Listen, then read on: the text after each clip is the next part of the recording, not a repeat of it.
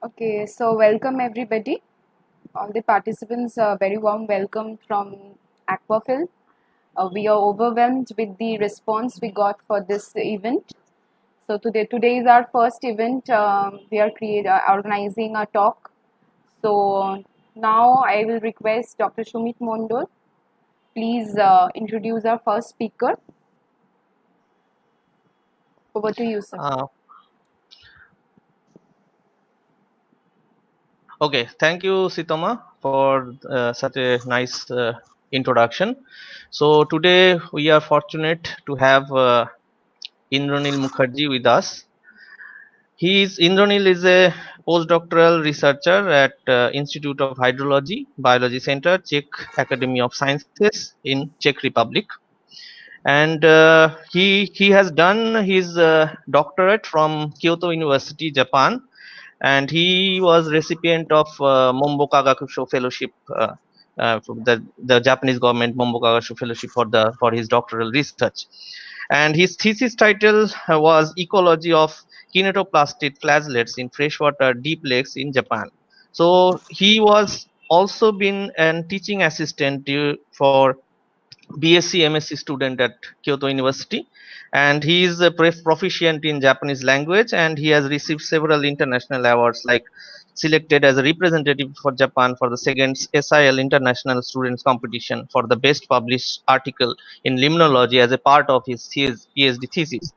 Future Development Funding Program in 2017 grant by the Kyoto University Research Coordination Alliance to attend the same 15 international conference at Zebab, Croatia. Then he also has a grant for young scientists attending international conference by Kyoto University Foundation for Education and Research to attend the same 14 international conference at Uppsala, Sweden in 2015.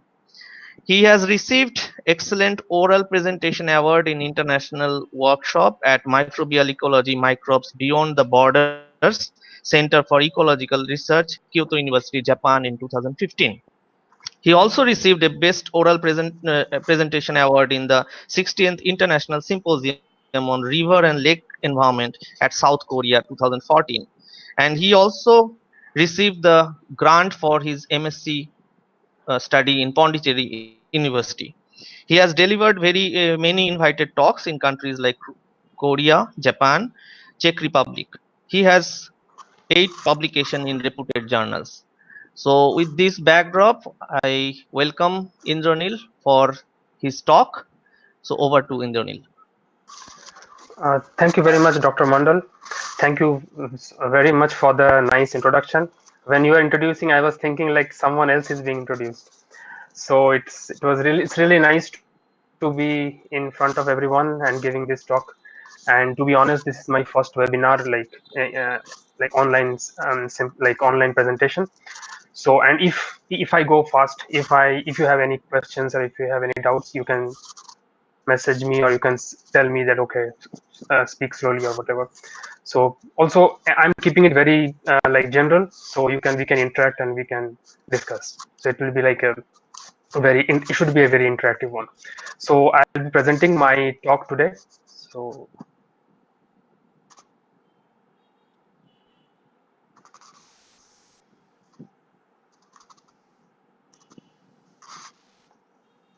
I think it's getting connected.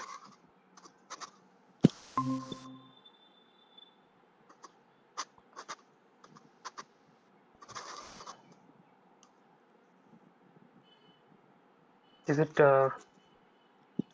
Yes, visible, sir. right? Indra, still it has not come. Yes, Okay. sir. It Is has, it okay but now? the presentation is not visible. Okay, now it's visible. Yeah. Okay, now. Yeah. Okay, yeah. So, hello everyone. So, sorry for the delay. So today I'll be presenting about microbial food web and mainly in freshwater ecosystems. And my topic of today's presentation is combination of single cell and molecular techniques to understand the trophic linkages in freshwater microbial food web. Actually, I'm interested in microbial food web in aquatic ecosystems. Previously, I was working in oceans, and now I'm working in freshwater lakes. Basically, the system is quite similar in both the ecosystems, but I prefer freshwater, working in freshwater lakes due to few reasons, which I'll elaborate in my next few slides. And I am working in both like single cell techniques, which is mainly microscopic techniques, and also molecular techniques. So I'll be highlighting the use of these two techniques, not a single technique, to understand these very less known organisms and their role in aquatic ecosystems. So it, as I said, I'm making it like a very general one. So I am working as a microbial ecologist. So the main term I just want to highlight is like, what is ecology? As we all know, ecology comes from the word oikos and logos, means study of house. And ecology is a scientific study about the relationship between organisms and their environment. And what are the next important term which we'll be referring in this presentation are the ecosystems. And what is ecosystem? It's like a biological community and its interaction among themselves and with their physical environment. An ecosystem actually holds life and maintains the diversity of our planet. So there are several ecosystems. And then the term which I'll be using again is biodiversity. So what is biodiversity?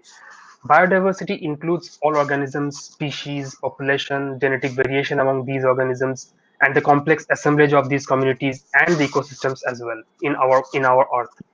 And they are all present in this biosphere. And biosphere is like a part of the Earth which is composed of all these biological materials. And it's known as that biosphere is composed of like 1.8 into 10 to the power 12 metric tons of living tissue, and it's like a covering of a shell of an apple. Like as the how is the skin of an apple covers the apple, it's similar to if we stretch the whole biosphere, it's like a covering of a skin of an apple to the globe. And it's also known that if all the materials are equally distributed, it will be like less than 1 centimeter thick, and it will weigh about 3.6 kilometer per meter square, kilogram per meter square of the Earth's surface. But is the Earth's biodiversity equally distributed? Actually, it's not. Distribution of Earth's biodiversity is very uneven. Like there are different kind of ecosystems, like for example forest ecosystems, desert ecosystems, aquatic ecosystems, and biomass is actually not equally distributed among these ecosystems. For example, in forest ecosystem, like for example in this tropical rainforest, where it's one of the most biodiversity rich ecosystem, there can be like the biomass can be like 45 kilogram per meter square. However, in tropical forest, however, in oceans, like in some oligotrophic oceans, it can be like less than 0.003 kilogram per meter square. So it depends, like which type of ecosystem it is and how they are distributed in the Earth. But today, like as I am not and specialist in forest ecosystem and desert ecosystem, so I'll not be talking about these now today. I'll be more focusing on aquatic ecosystem, which I'm mainly working on. So as I was discussing now, like ecology, then biodiversity and ecosystems, everything. So is it all like what we see? Like for example, if we go to the ocean, if we go to the lake, we see fishes, we see crabs, we see like snails and other things. Is it all what we have in aquatic ecosystem, or there are something else? Actually, there is a lot of hidden biodiversity which is generally not seen, and we don't know about its role properly. But it's very common, it's like a very famous statement, like it's a microbial world and we just live in it. So actually it's their world, like microbes are there everywhere, everything is governed by them, we are just living in their world. So, and it's the hidden biodiversity, because as I will be elaborating now, like their diversity is much more than what combining all the diversity of other organisms in the world. So if we, for example, if we see this eukaryotic tree of life, so we humans are somewhere in a small strand here, and the plants which we generally see are somewhere very small strand here. But other than that, all this in this eukaryotic tree of life, there are so many different lineages. All are all are composed of these small microbial eukaryotes, which is known as protists. They are single-celled, mainly single-celled organisms, and they are the highly diverse organisms which is present nearly everywhere. But when we see the tree of life, which covers both prokaryotes and eukaryotes, we can see that this huge diversity of eukaryote is only a small strand in the whole tree of life.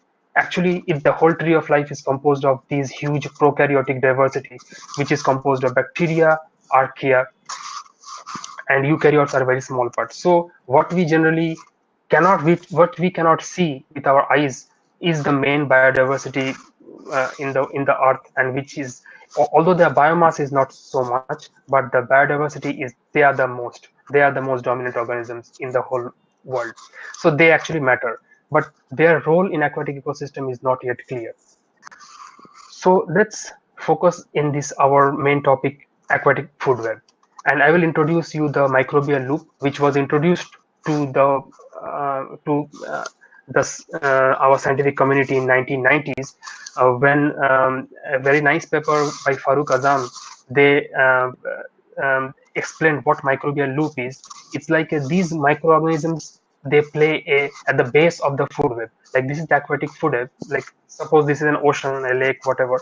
So this phytoplankton and zooplankton and fishes, they are on the top, like they are the main drivers. But at the bottom of the food web, is the main drivers are these microorganisms, which is generally not seen and which is not known properly, which was not known. Nowadays, a lot of studies has been done and a lot of things has been known already.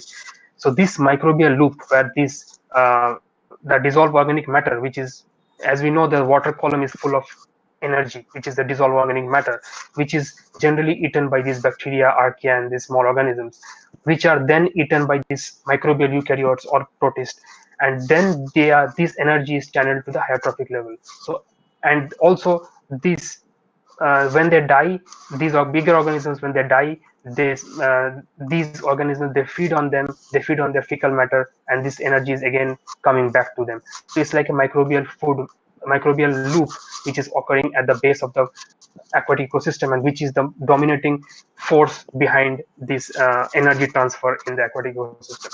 But how much is known about these organisms, and how much is known about this energy transfer in the aquatic ecosystem? Then the next question comes is, what type of ecosystem we should choose? Whether we should work on ocean, or we should work on lakes, or we should work on rivers, because these are the major aquatic ecosystems in our planet. So the answer will be like, we should work in all the ecosystems because they all are important. But the oceans are the most dominant ecosystem, which is, the 2/3 of the Earth's surface area is covered by oceans. So they are the most dominant and the most important for us. So of course, this gets the priority. And because of this, recently a lot of studies has been done in ocean, and there has been like very nice and very informative papers recently produced by in Science and Nature and other big level journals. So, and they have found that these organisms are highly diverse in all over throughout the ocean, and they have like huge role to play in our global biogeochemical cycles. I just want to give one example. There was one para-ocean expedition which did this whole circumnavigation of the whole world. Like they took samples from all over the world, like Pacific, Atlantic, Indian, and all the, like, also in the polar region, and they took samples and analyzed like various organisms, like from microbes to the higher organisms, and they did a huge amount of study, and they published some very nice papers. You can search about these and you can read about them, and they are very really interesting discoveries. However, things are still yet to be known, but the major problem is that in ocean is a very huge ecosystem, and going regularly to the ocean and getting samples is not so easy. Of course, we can get samples from the coastal ecosystems, which is easier, but going to the main deep ocean and getting samples is not easy.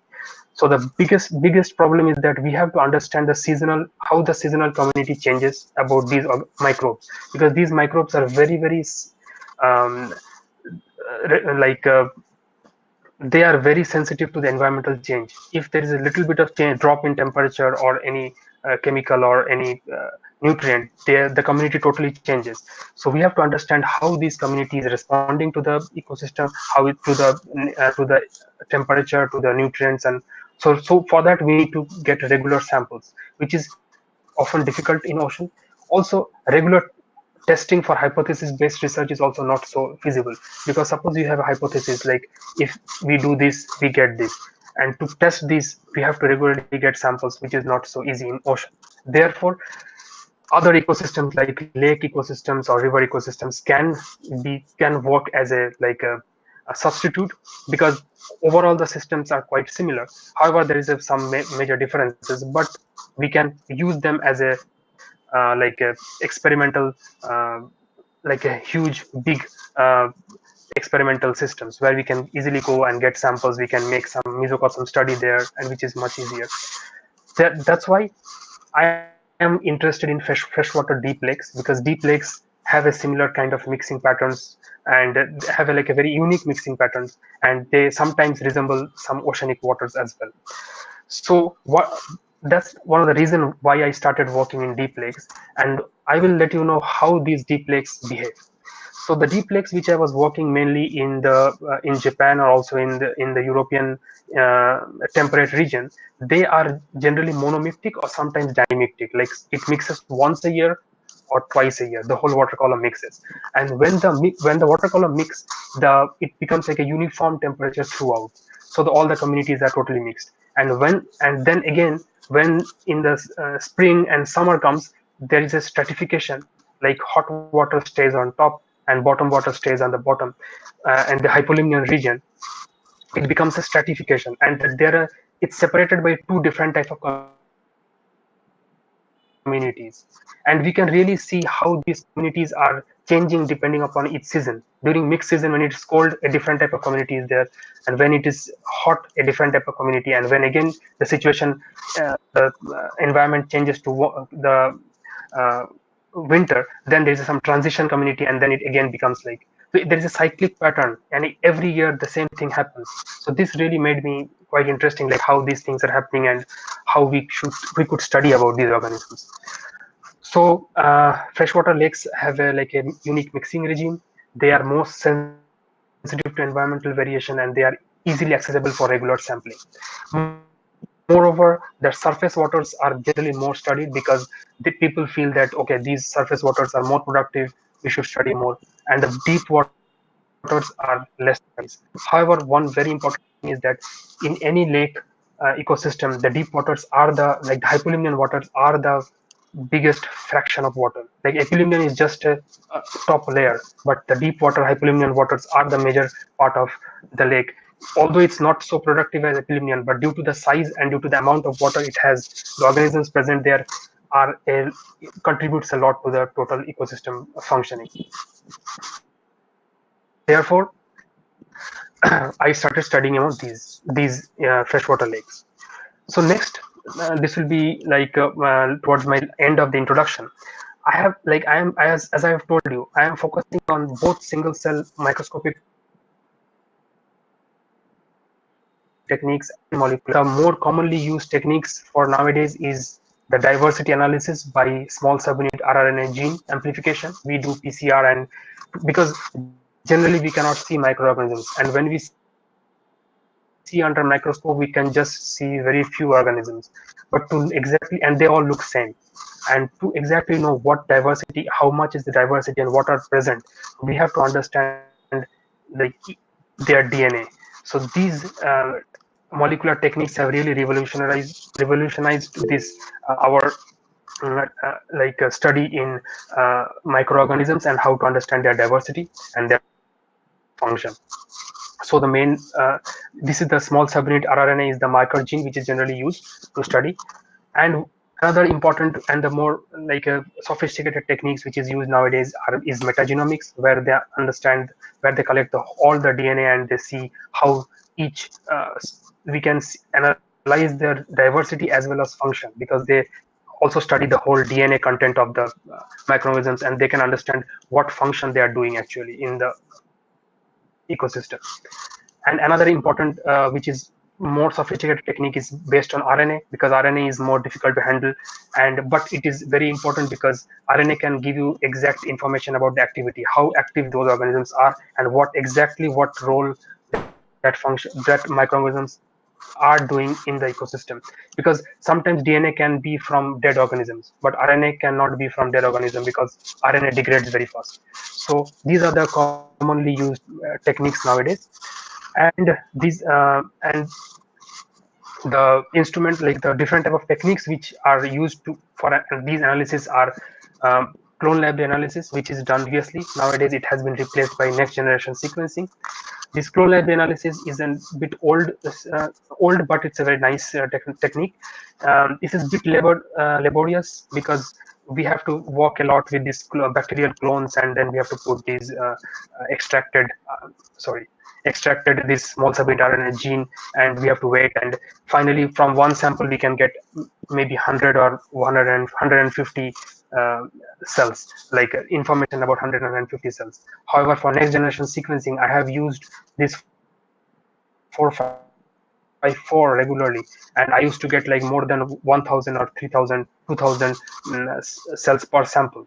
And recently I am started using this Illumina, which is giving more than 10,000. So more sophisticated the techniques is, the more diverse you started more diverse results you start getting, and you feel wonder like how diverse these microorganisms are. So these are the main techniques, and I'm not going into details about these. And then another technique, which the other techniques which I'm using is the single cell microscopic techniques. First are why these are important, because molecular techniques are not quantitative.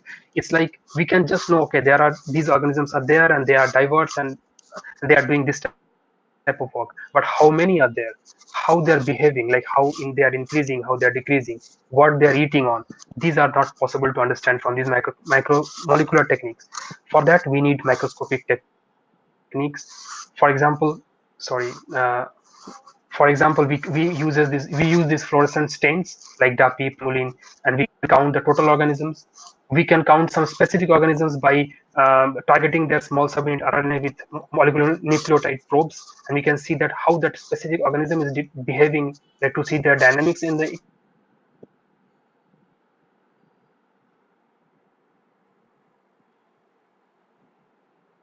can see their dynamics in water, and see like how these organisms are eating those bacteria, and to see their rate of feeding and other things.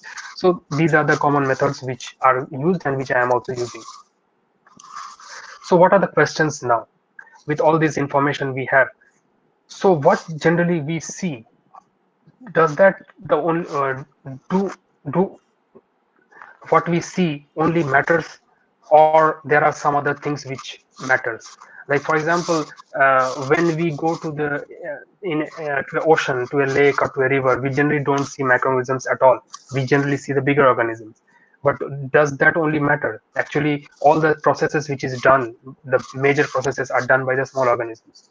Also, does the uses of molecular techniques solves all the problems? Because nowadays there are a lot of talk that, okay, molecular techniques does this, molecular techniques does that. It's a very nice technique. It's, although it's expensive, but it's really nice technique. But does it solves all the problem? Actually, maybe no.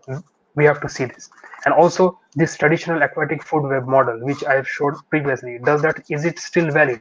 Because nowadays, due to this all these techniques, we are getting to know so many different kinds of organisms. But are these organisms following the same type of function? That's also not so clear. So with all this knowledge and a lot of questions in mind, let's see how these organisms are behaving in the natural environment. So my main study area during my master's and PhD was the deep lakes of Japan, as I told. So this our institute was in central Japan, so which is close to Lake Biwa, like this lake. It's one of the largest lake in the world, and it's a drinking water source, and it's an important lake. It's a very deep lake, and it's around 650 square kilometers area, which is like close. It's bigger than the city of Mumbai, I think. So it's quite big lake actually, and this lake is very important for the people residing in the central Japan. And so I was studying this lake monthly. I was getting samples every month from this lake from different depths, and to compare the communities of this lake to the other lakes of Japan, I studied different lakes, like Lake Chuzenji here.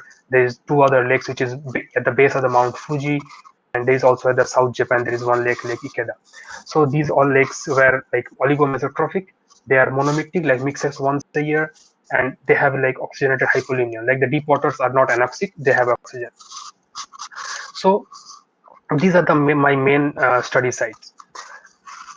So one interesting thing which I want to highlight is that during my earlier days in the lab, when I was trying to culture some organisms, I was finding like one particular flagellate.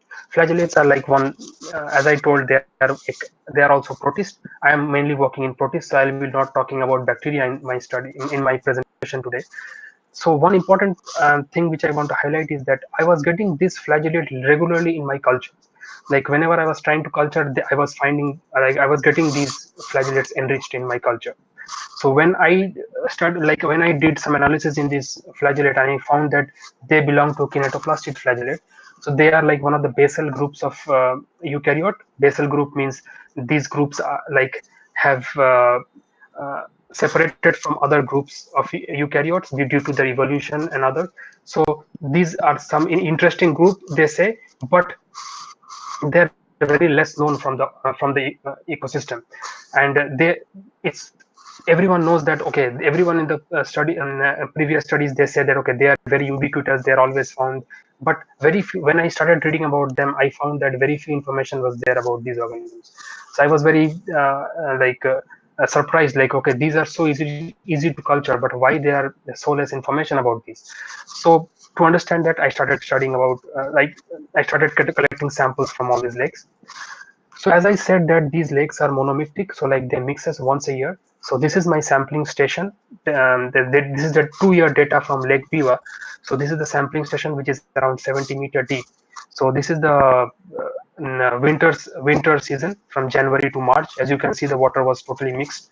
It's uniform temperature. And during the summer season, the hot water stays on top and cold water at the bottom. So you can see that again there is a mixing next year, and there is the same. So it's like a same pattern follows every year. And this is the bacterial abundance. As it's the top waters are more productive, so bacterial abundance is much higher in top water than compared to the bottom waters. And it's the same thing in other lakes as well. Because this is Lake Biwa, which I'm studying every month, so I have like a 2-year profile. But for other lakes, I just did once or twice sampling. So these lakes are also like behave similarly. Like I took samples in summer, and you can see the top waters are hot and the bottom waters are lower temperature, and bacterial abundance are also higher on top water and lower. So it's a similar environment.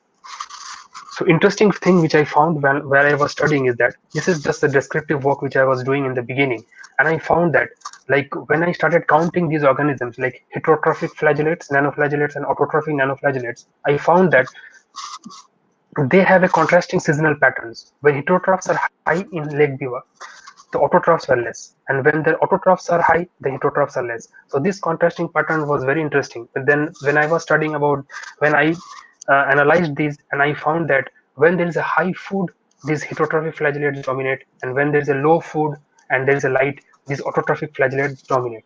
So there is a lot of theory based on this, and there are some theoretical papers which all says about that. But this study was the first to get this dynamics in natural environment. So these autotrophic organisms can do heterotrophy as well. When there is a less food, they can switch. They can switch from autotrophy to heterotrophy. And when there is a lot of food, then these heterotrophs obviously get more uh, benefit. So that's why this is the main reason of this contrasting seasonal pattern, and which is very clearly shown in Lake Biwa from our regular monitoring analysis. And I use this clone library analysis, which I told it's a traditional way of to see the diversity. And I found that these microbial eukaryotic communities are quite highly diverse. Like these are the epilimnian communities of different season, which is dominated by these autotrophic groups, and heterotrophic. This is the deep water communities are mainly dominated by the heterotrophic groups. But I'm not going into details, and this is just to show that this community analysis I found, and you can see the diversity is not very high from clone library analysis. Then I did this next generation sequencing. So one thing I forgot to tell you is that in this community, you can see there is no kinetoplastid flagellates. So I was very surprised that I was getting that organisms regularly and I didn't get them. Probably, okay, this clone library analysis is not so deep sequencing, so probably that's the reason. So I did this next generation sequencing. So next generation sequencing is like more powerful, high throughput. It gives a lot of sample, lot of diversity. So these are the techniques which I'm not going into details. And I did this next generation sequencing from all the lakes. This is the epilimnian and hypolimnian community. Epilimnian, hypolimnian from Lake Biwa, Lake Chuzenji, Motosu, and this is the sequence abundance, and this is the species abundance or OTU abundance. As you can see, there are also I found a lot of diversity, much more diversity than the previous one. But again, there is no kinetoplastid in this study as well. This was again very surprising to me. And as you can see, that people generally claim that the top waters are more diverse and like more diverse and more productive. But I found that even bottom waters is quite diverse, and they are also quite productive. So it was quite interesting for me. And like we have got also very significant, like nice results from deep waters, which really questions that that top waters are more productive. So we should study them. Again, as I told that I studied Lake Biwa regularly. So this is the monthly samples, and I did more deep sequencing by Illumina MySec. It's more deep sequencing to understand whether we get kinetoplastid or not. And we can see that even though the diversity was much higher, but again there was no kinetoplastid flagellates detected from any of the season in Lake Biwa. Even from top water, deep water, nothing. You can see the communities were quite different between top water and deep water, but there was no kinetoplastid. So this was like really frustrating for me, like what happened, what is the problem. So to understand that, I did this technique, which is the really nice technique. I really like this technique. Is the cartfish, this catalyzed reporter deposition fluorescence in situ hybridization. In this technique, we target some particular organism, we label that particular organism's RNA with some fluorescent probe, and then we target, see that whether they are present in the natural environment or not. So with this technique, we can see the cells like this. Like if that cells is present, even if one cell is present, we can see them. So if that flagellate is a rare flagellate, we can also see them in the sample. So I use this technique, and the results were quite surprising. When I used the technique, I found that this is the temperature graph of one year profile of Lake Biwa. I found that these flagellates are actually quite dominant in Lake Biwa, and they are actually more abundant in the deep waters. Like they were up to, I think, 35% of total eukaryotes or 40% of total flagellates in deep water. So they are one of the major components of aquatic microbial eukaryotic community, but they were never detected by molecular techniques. So it was very surprising for me. And it's the same for other lakes as well. Even in other lakes, you can see in the deep waters, these organisms are increasing. They are more than 50% of total eukaryotes. So they are really abundant. So that means the kinetoplastid dominates in the hypolimnion of all the deep lakes, not only in Lake Biwa. But why they were not detected by molecular techniques? When I studied their DNA, I could find them that these, because I told them these organisms are like a basal eukaryotes, like they have evolved a lot. And due to this evolution, their DNA has changed. And due to this change, the commonly used eukaryotic primers or probes cannot target these organisms. So to target these organisms, we need some very specific ones. So you can see that these very dominant organisms are also not detected by even these high-fi techniques like molecular techniques. So we have to be really careful studying about these organisms. And then again, I use these specific primers. I'm not going into details, and I found that they are highly diverse in all the lakes. And one very interesting thing I want to focus here is that even within a single species, like this is one single species which was found in nearly all the lakes, even within the species, I found that there is a lot of variation. Like there's a intra-species between a species. So it's very interesting. And anyway, I'm not going into details, but they are like very tricky organisms to really work on. So the next question is why these organisms are dominating in the hypolimnian waters. So from our analysis, we found that these organisms are mainly dominating after the spring bloom. When the phytoplankton bloom gets over and they start dying and sinking, these organisms start dominating in the deep waters. Again, like there's a two peaks. Again, like there is an autumn bloom, and after that there is a peak. And from the previous studies, we found that Like these are like particle associated organisms, and they are eating mainly on the detritus, like the detritus associated organisms. Or and I did some experiment in the lab, and it clearly showed that these organisms are detrivores, like they are feeding on detritus or detritus associated organisms. So like they have a huge role in the aquatic microbial, like especially in the lakes, in the deep waters, which were till now not known due to this problem with the molecular techniques. So studies from the world, these organisms were very long back in 1983. These organisms, similar type of organism, were found in some European lakes, but it was misidentified. Like they identified it as a different group, but later they were identified as kinetoplastids. But this was the first report actually from the European lakes, but there was no clear evidence. And even in the ocean, these organisms are quite dominant in deep waters, but no one knows what they are doing. So that means these organisms are not only present in fresh waters, but also present in ocean. So there is a possibility of dominance of these organisms in other deep lakes of the world as well. So fortunately, we got one project in which we found that these organisms, we took samples from Lake Zurich in Switzerland, Lake Maggiore in Italy, and also some other lakes. And so we found that these organisms are also dominating in European deep lakes. So these organisms are present all over the world, also in the ocean. Another important thing, like it was while studying this organism, I found like one of the sister groups of this organism is also dominating in other deep lakes, also in Japan, also in Europe, but they were still now not known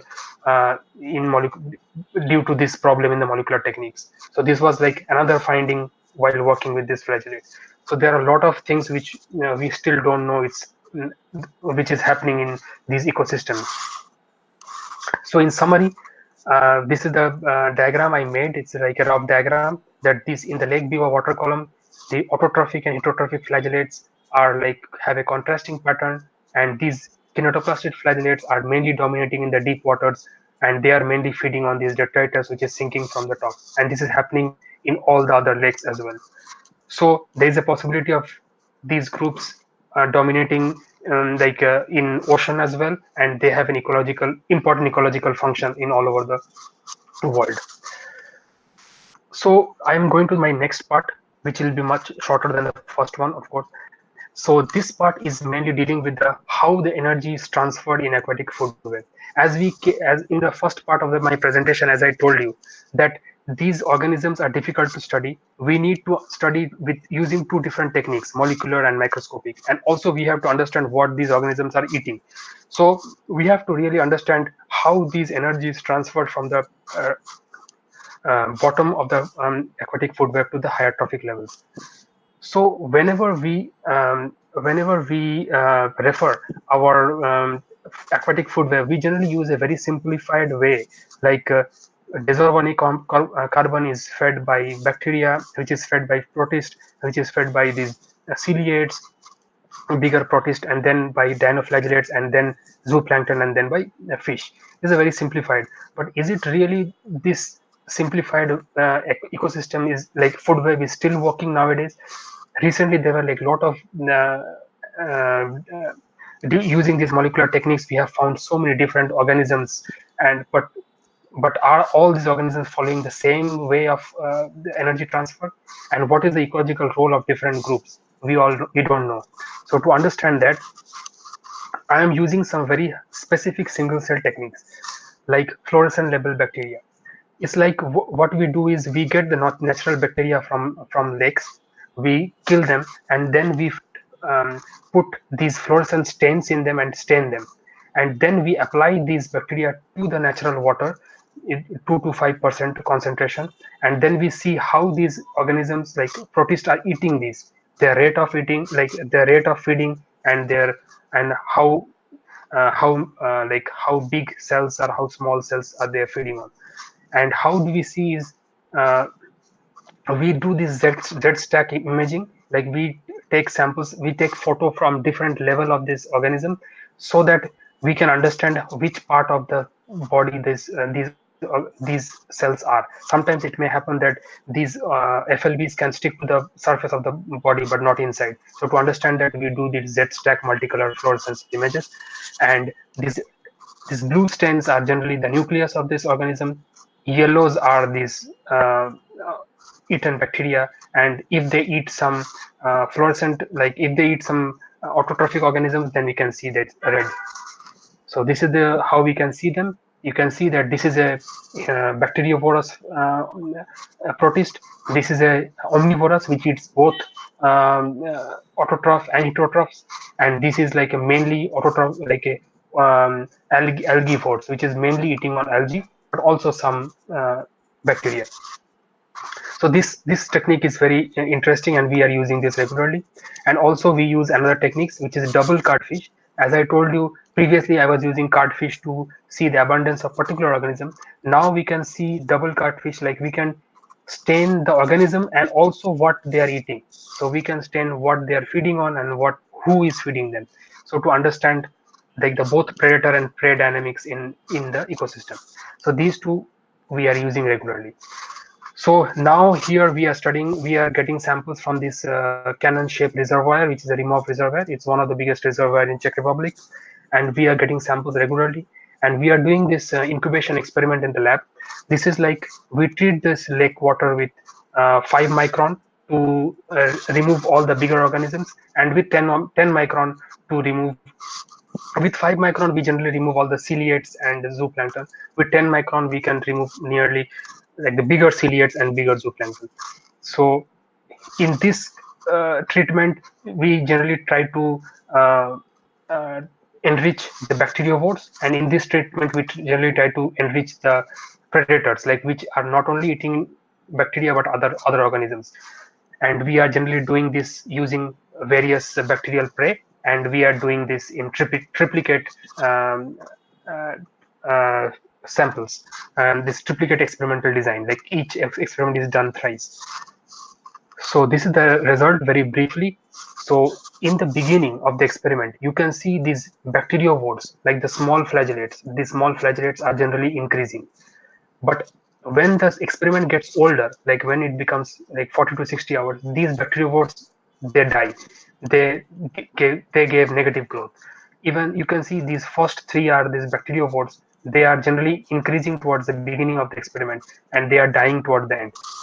However, towards the end, you can see these predatory flagellates are increasing, because when you can see this using this particular fluorescent level bacteria and double cardfish, we can see that these bacteriovores are eating bacteria, and these predators are eating other flagellates, like they are feeding on other organisms. So in what happens is like so this is the summary. What happens is that in the 5 micron treatment, when there is no predatory pressure, like when there is no pressure by zooplankton or bigger ciliates, then these bacteriovorous small flagellates are increasing. They are eating on all the bacteria which is supplied.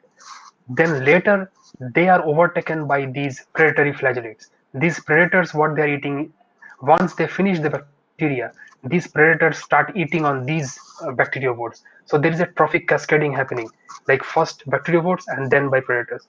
But when in the 10 micron, when there is a ciliates present, what happens is that these bacteriovores they increase, then the predators increase, and then they are overtaken by these ciliates. So this trophic cascading and how these particular group are behaving can be seen by using these single cell techniques. You can see there are so nice and beautiful images of these organisms eating on. Very clearly we can see how they are eating on these organisms, and we can actually quantify how many they have eaten and how they are behaving. So this is our updated food web model which we are proposing, and this is the old food web model, and which we are proposing is that dissolved organic carbon is generally eaten by bacteria, which is then eaten by protist. This bacteria is also eaten by bigger protist. They are also eaten by ciliates. They are also eaten by other bigger ciliates. Also, these protists are eaten by different ciliates, and actually there is a lot of cascading happening in between them. So this is not so simplified, but it's a more complicated food web. So that's what we are proposing. So the answers to what we have asked in the beginning: do what we see only matters? Actually, no. There are so many things which we cannot see, but they are the main, that's what matters. Does usage of molecular techniques solve all the problems? Also no, because because these organisms are very smart, so we have to outsmart them by using different techniques. And is the traditional aquatic food web model still valid? So we think it's no, and we are proposing a more complicated model. So microbes can fool us easily, so we have to be more smart to analyze them with different techniques. And now we are doing our ongoing work mainly based on these metagenomic and metatranscriptomics. It's not yet started, but we are starting, because recently in our lab we found that some of these microbes are like are hosting some viruses which are sometimes killing them and sometimes saving them, and there is a lot of complicated behavior. Also, we have found that within a single, as I told you, within a single organism, there are a lot of diversity. Like for example, you can see this particular lineage of this particular cell has so many different varieties of small subunit RNA, which can easily make the diversity look more diverse, but actually it's not more diverse. So to understand this very complicated process within a single cell, we are now culturing and doing whole genome sequencing of these organisms from different lakes of Europe. So these are the lakes I studied in Japan and in Europe. And so thank you very much for your time, and thank you for being patient.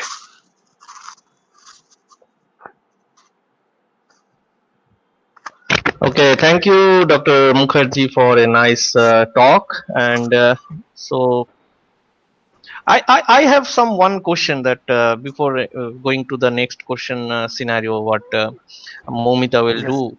So I want to know, sir, in culture media, do bacteria has any means positive role in controlling the ciliates population, or does it this bacterial population variety gives more ample chances to the ciliates community to grow? Yeah, actually, yeah. If there is a contamination by ciliates in your culture, like in the plate or in the liquid media, then yes, they will definitely give a lot of opportunity to feed on these bacteria, so they can finish the bacterial stock very easily. So we have to be, because I have many of my cultures were recently got spoiled due to these ciliates. They are really, they can finish the bacterial abundance very fast. So it Yes. will have some negative effect on the flagellates then, Exactly. is it? Yes, yes, Okay. definitely. Yes. So I have another doubts that being a benthic ecologist, so we are working on meobenthic animals, and in meobenthic animals, generally the free living nematodes generally prefer the bacterial population for their food habit, food.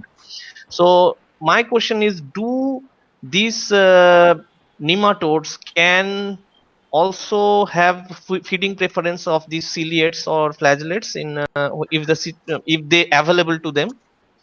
So what is Yes, your opinion? actually, yeah, actually, there have been recent some studies which I can share with you later.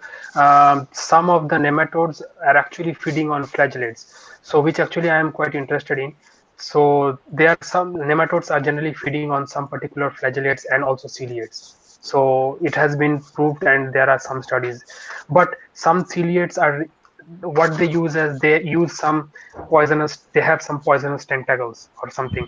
So if Yeah. that, sometimes when when they try to eat them and they spray some poisonous chemicals or something, so to deter them. But yes, otherwise yes, they are generally feeding on some ciliates, small ciliates and flagellates. So what initially in your first couple of slides you told about the Azam et al.'s reference, who first coined Yes, this microbial loop. So in your yes. study, do you think that you are putting extra into that loop, or the basic concept is similar to the Azam et al.'s concept? No, actually, we are trying to put a lot of more variety. Like, of course, the basic concept is the same. That he was the first to identify how microbes are actually behaving and what is the actual role. But what we are doing is we are adding more to that. Like what we are doing is we are saying that this microbial loop is not so simple. There are a lot of complicated Oh pathways. yeah, Like there yeah. are predators, there are hunters, there are so many different organisms which are doing complex roles. And also So there are a lot of symbiosis recently found in the, like recently there are some, actually that's why we are trying to culture and do the genomics. Like a lot of these flagellates are having some symbiotic bacteria in between, which is protecting them from other organisms. So yeah, there are some lot of things to be known. but Azam et al. Proposed it for the marine ecosystem, as Yes, per yes, my knowledge says. yes, So yes. you are proposing for freshwater. So don't you think that your concept is novel in freshwater ecosystem, like? Yeah, of course. There are also studies, because the lab in which I am, like Professor Shimek, he already proposed this in freshwater. But yes, my role is like more about flagellates. So bacterial people have already proposed this kind of similar thing but my role is, yes, to highlight the role of microbial eukaryotes in freshwater ecosystem. Yes, you are right in that. Like for flagellates, yes, I will try to highlight their role in microbial loop, which is not yet highlighted much. Yeah, okay. Yes, Thank you, Indranil. Now I will over to thank you. Momita Bhomik for taking up the question from the YouTube chat box. So Momita, please. Thank you, sir, for handing this over to me. And thank you, Dr. Mukherjee. It was a wonderful talk. And thanks, a special thanks to all the participants for their support. As I can see here, there are a few more questions in the chat box. Thanks for questioning. So I'll catch them up each one by one. So let's get started. First, Shomik Devnath has asked, so why the organism change depending on whether it's spring turnover or fall turnover? What is the main cause? Yeah, actually, it's a really nice question, because this is the same question I was highlighting in my study. Like, what is the main cause of this change? So what we found out is that the main cause is the food availability and resources. Like for example, during the winter, there is a depletion because the whole water column mixes. So there is a it becomes diluted, so they get very less food. So a lot of organisms, they die off, and only few organisms which can really cope with this type of ecosystem, like a very diluted environment, they can cope up. And when the spring comes, when like it becomes hotter and all, then suddenly there's like all the organisms becomes active. They start feeding on each other, and there's a lot of detritus coming from the rainfall and all. So in spring, yes, there's a lot of food, and again in summer everything gets depleted because they feed on everything, and the water column again becomes very diluted. Then again these opportunist organism, which is like which can really cope up with this high sunlight and this mixotroph which I was telling, they again benefit. Autumn again, there's a bloom of organisms. Again, these heterotrophs which get more food, they come, and again in winter they go. So it's like a cyclic pattern, mainly based on the food and light availability. Okay, I guess Shomik has got his answer. So next question is from Bhaskar Kormokar. So what is HNF and ANF?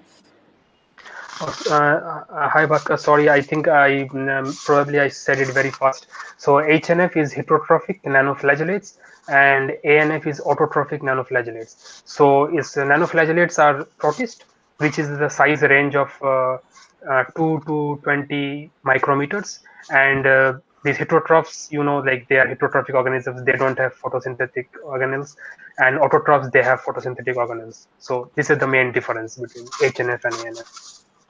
Okay, thank you, Bhaskar, for this question. Next question is from Priya Ghoshal. She has asked, Sir, what is the procedure of staining by using DAPI or Prelumin? Yes, so DAPI actually stains nucleus, actually DAPI stains DNA. So what happens is like, I think she asked that procedure, right? Yeah, I staining think procedure. so. Yes. So what we do is like we get sample from the natural environment, and we preserve it first with formaldehyde or glutaraldehyde, whatever, 1 or 2%, and then we keep it for a few hours. And then in the lab, what we do is we put for bacteria, we generally put 1 or 2 ml of sample, and then we put uh, final concentration of I think 0.1% final concentration of DAPI to the sample, and we wait for around 5 minutes in dark, and then we filter it out, and then we make the slide of it and go to the microscope and see it under the UV radiation, and all the cells with the DNA will get stained. And in case of flagellates, which is little bigger organisms which are less abundant than bacteria, we generally filter around 10 to 15 or 20 10 to 20 microliter based upon the trophic status of the lakes. If it's like eutrophic, maybe 10 is enough. If it's oligotrophic, then 20 or 30 ml, and the same process. Okay. Hope Priya has noted down the procedure. So And next, sorry, sorry, I forgot primulene. Primulene sure. is the same technique. In place of DAPI, we add primulene, and primulene is the protein stain, so it stains the whole body, not only nucleus but the whole cell. So Okay. yes. So next question is from Sritama Bag. In the study of deep lakes are taken into account. What is the minimum depth of this study? Like in my study, I guess. In my study, all the lakes were more than 100-meter deep. But yes, for the deep lakes, like if you are asking what is actually definition of a deep lake, so a deep lake need not be very deep. It should be at least around 20 to 30-meter deep. And the main criteria is that it should have a thermocline, and it should have a top epilumnian and bottom hypolumnian water, and it should be separated by a thermocline. So yes, any lake which has that pattern and which is more than around 20 to 30-meter deep is a deep lake. Okay. She has also asked, the lakes are mixed once a year, but still, how even the deep lakes remain oxygenated throughout the year? Okay, that's a really nice question. That's a very nice, yeah. Yes, yes. Actually, what happens is like if a lake is eutrophic, so there are a lot of organisms present in the lake. So what happens is like when there is a mixing, then the deep water communities, they go at the bottom, and then as there are a lot of organisms present, they eat up all the, like they consume all the oxygen, and it becomes anoxic. I think you can see that a lot of eutrophic lakes are anoxic at the bottom because there are a lot of organisms present, and they generally finish all the bottom layer oxygen due to the respiration and other activities, metabolism. But in the oligotrophic lakes, anyway there are a lot of less organisms present, so those organisms generally cannot finish the oxygen at the bottom. And as the lake is mixing, so every year that lake is getting replenished by the oxygen from the top, and that oxygen is enough for the remaining of the year. And some lakes are mixing twice also. So yeah, generally that oxygen is enough for these organisms. Okay, so next question is from Priya Ghoshal. It's a very technical question, that is, why you chose next generation sequencing in the study? Yes, because first of all, the thing is there are a lot of different aspects. First of all, I was using this clone library analysis. Clone library analysis is quite laborious, and the result is, of course, we can get a long length of DNA, which is very useful for making phylogenetic tree and phylogenetic analysis. But these clone library analysis generally gives very low diversity. Like from one sample, you can get hardly 100 or 200 cells at the max. And because microorganisms are so diverse, so this is not enough. So to understand the real diversity, we need to go deep. We need to understand the more deeper sequencing. That's why I did next generation sequencing, which is giving like more than 10,000 or sometimes more than 10,000 cells per sample. Even then the diversity is not complete. So yes, that's the main reason. Like microbes are so diverse, and I wanted to see the full diversity of these microbes, so I chose this.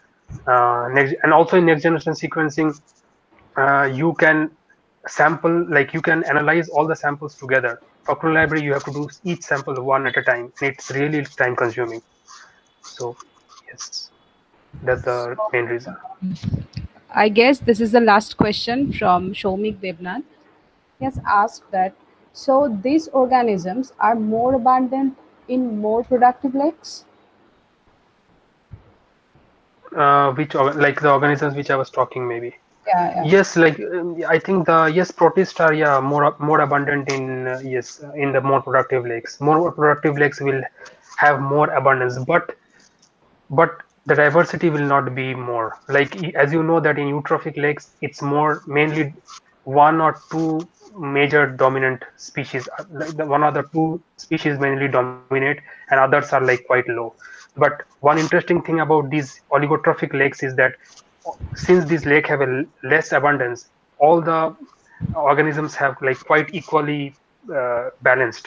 Like some organisms are 20%, but remaining all are like 10, 5, 10. So it's like quite equal diversity. What to say? Uh, Distribution is quite equal. But yes, abundance is much lower than the eutrophics. Okay, so no more question, I guess. So it's over to you, sir.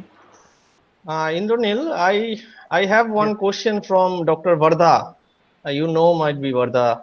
Uh, she's from yes, NIO. yes, yes, Yeah. So she yes, yes, asked, yes, yes, definitely, yes. the lake is oxygenated hypolimnion and the kinetoplastids are also anaerobic. So are they common everywhere? Sorry, I think there was some connection lost. Can you please ask me once? Yeah. The lake is oxygenated hypolimnion and Yes. kinetoplastids are also anaerobic. So are there any common everywhere? They are common everywhere. So she has asked. Yes, keratoplastids are common. Like I don't know about much about this tropical lakes because I didn't study tropical lakes yet. But yes, there are some like I have seen some samples and I think they are also present in tropical lakes. But I have analyzed samples from these European and many of the Asian lakes and some of the American lakes as well. But yes, these organisms are there in all the lakes, and I am sure that even in tropical lakes there will be these organisms for sure. Okay, so if no more questions, then I must thank Dr. Mukherjee for taking our invitation for giving such a nice talk on this webinar. And you must be glad to know that my laboratory, Marine Ecology Laboratory, has formed a aquaphil ocean or living groups. So we are dedicated Nice. to work on the conservation purpose of aquatic bodies. So we have just formed this group in this auspicious occasion of World Ocean Day on the 8th June. So under this banner, we are going to organize another international webinar on coming month on 18th and 19th. I request you please join on this webinar also. Yes, definitely. So we'll send you all the details, the brochure, and how to register in this program. Yes, So sure. again,